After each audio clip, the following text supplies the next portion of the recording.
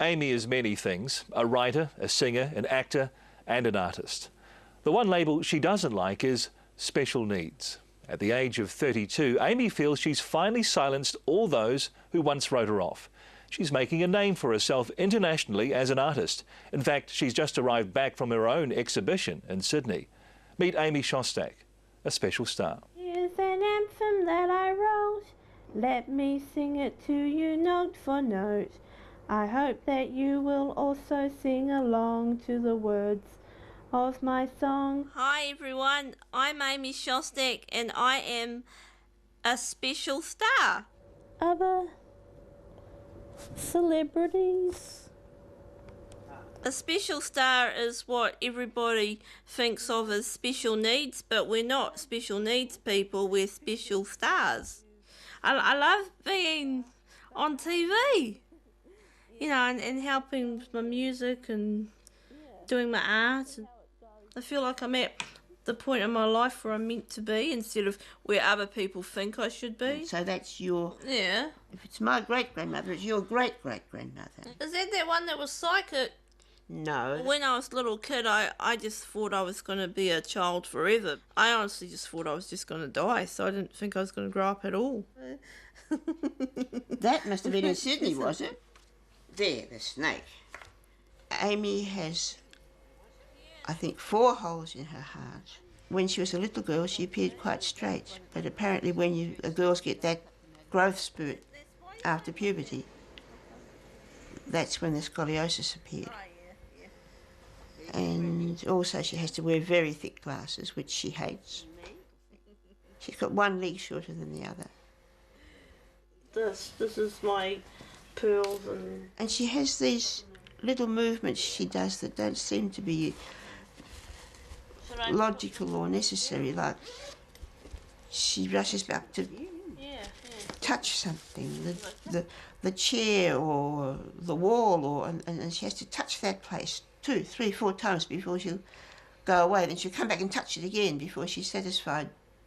I think I might have had, I don't know, about this many. I think, or more than 5 and maybe under 10, but I've had quite a lot of operations. I mean, me and doctors are like, ugh, just when life gets better, suddenly the doctor rings up and says, Amy, you got to have a checkup, and oh God, I hate doctors. When Amy's spine bend developed, I took her to CCS, and the CCS assessor said, she doesn't belong with us, she belongs with IHC. I took her to IHC and they said, she doesn't belong with us, she's CCS. So there we were in limbo. Mum, what do they want? We've got to do some packing, Mother. Okay. I'm proud of the courage of her. She's had a lot of hurt in her life. Yeah, but could you tell me which shoes made your that foot was sore? the shoe there, Mum. And a lot of pain to go through. No, that's all right. See, it's got that thing in there, Mum. And she bounces right back up and goes for life with vigour every time she can. And she's very angry with people who are healthy and strong and have nothing wrong with them and just exist along. She thinks that they should be making more of their lives. Oh yeah, I hope I don't turn this into a pornographic movie, but that's my zipper. That's some of my battle scars, as they call it. Yeah.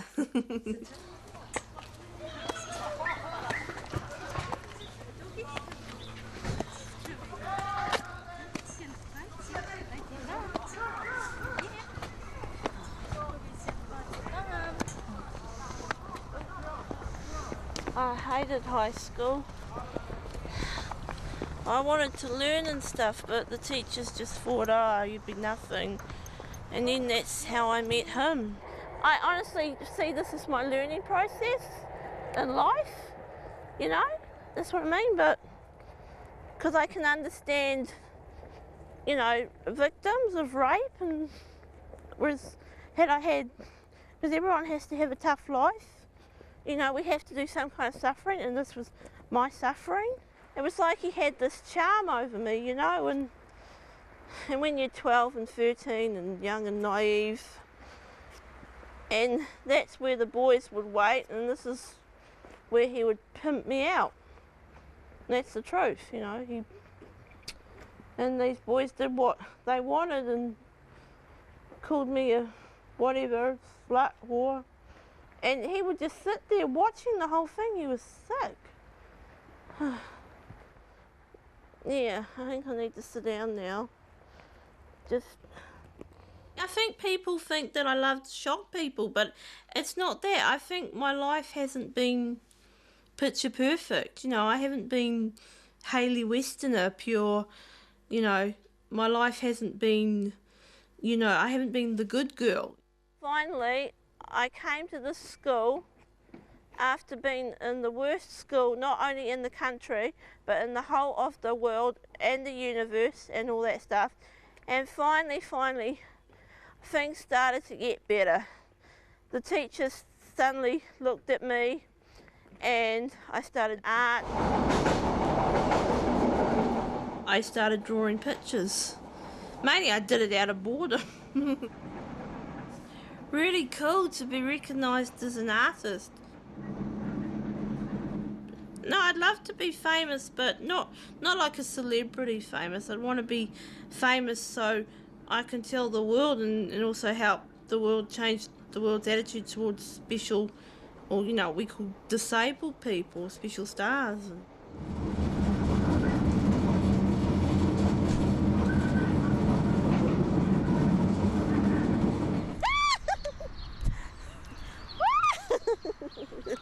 I honestly know for a fact that in a past life I was a Norwegian Viking, but someone stabbed me in the heart, not just once but maybe 4 times, because they wanted to make sure that I was dead, and that's how I died. You know what I like about living here? What? Is that you can go out and you can stay home but you still feel like you're going out. I don't feel isolated here. You know, and if I ever did move from here, I'd love to maybe have an inner city apartment. Okay. All right. What I like about living here on my own is that, first of all, I live on my own. I mean, I love my mum and everything, and I'm glad I don't live with her anymore, and I'm sure she agrees too. You want me to tidy up? Every day isn't really planned, but I get up early, and you know, I try not to lie around in bed all day because I used to suffer from depression. Should I play Space Bear?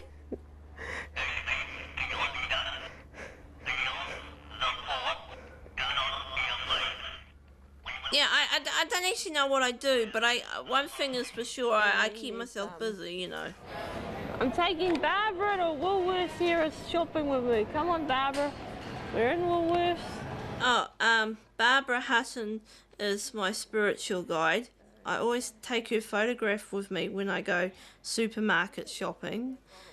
So she helps me, and she talks to me in an upper American class accent, you know.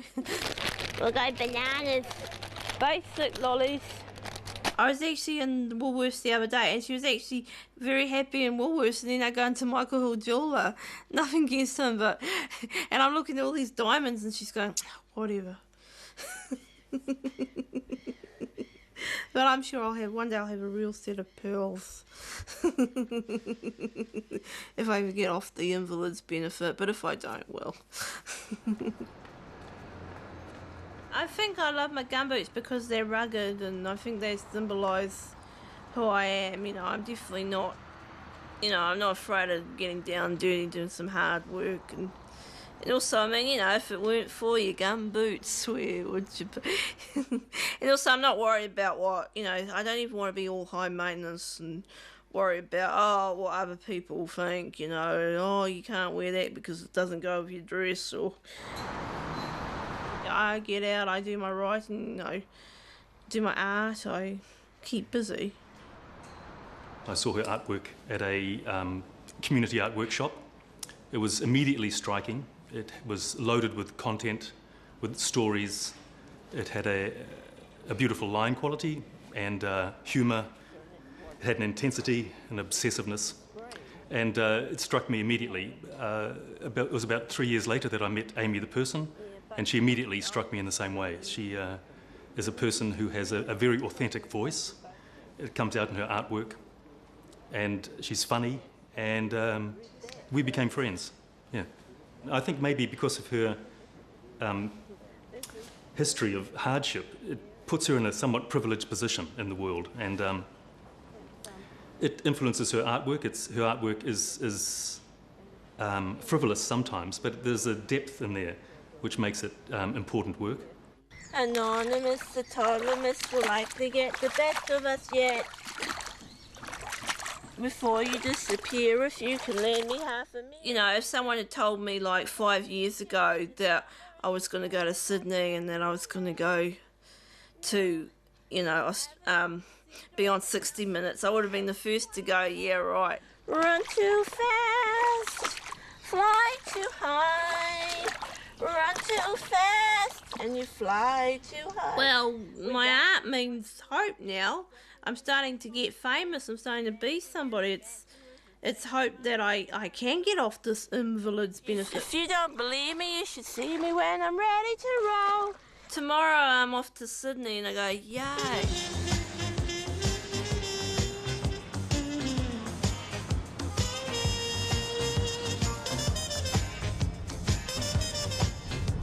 Dancing and romancing with a handsome and intimate score. Before you disappear, if you could lend me half a mirror, I regret.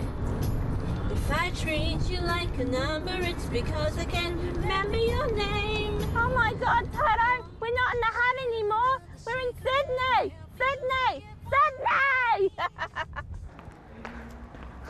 Hi, I'm in Sydney. I made it. This is my exhibition. Enjoy. She's a writer. She's a songwriter. Yeah, I'm trying to be a singer. Yeah, she's an artist. Yeah. She's a visionary. Yeah. And she is a special star. It's my little joke. Yeah, yeah. Hello. I sort of went to art a long time ago, and I started telling everyone about, you know, how I believed I was a Viking and all that stuff. And my art tutor at the time, he said, Amy, just start drawing it, start writing it down. And so I did, and I've been working on it ever since. Mainly it's about Radar the Viking, but it's also about a beautiful but abused Swedish slave girl growing up in the Viking era. Isn't there a wheelchair that they have? No, not like that other gallery. You'll be right. Yeah, I'll be all right. It's not an exhibition which is about being kind to anyone. It was her work without the artist's presence, hanging there and holding its own with artists whose work might be in the Tate Gallery or in the MoMA Museum in New York, and you could, you know, you defy anyone to say which is inferior, superior. There's an evenness to it.